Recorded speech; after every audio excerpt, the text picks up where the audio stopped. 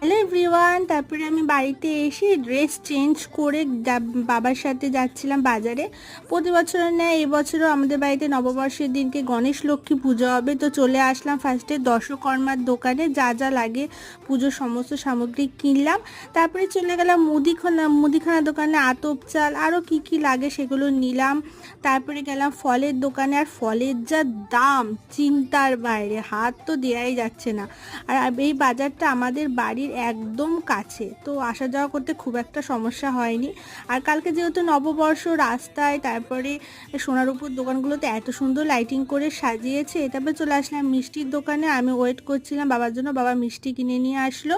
আর আমাদের বাড়ির পাশে যেহেতু কুমোরটুলি আছে, আর কত সুন্দর এখানে গণেশ লক্ষ্মী সাজিয়ে রেখেছে এগুলো সেল করার জন্য। তা বাড়িতে এসে ফ্রেশ হয়ে আমি একটু হাতে মেহেন্দি করছিলাম। সো চলো দেখা হচ্ছে তোমাদের সাথে আবার নববর্ষের ব্লগ নিয়ে। Tata, by.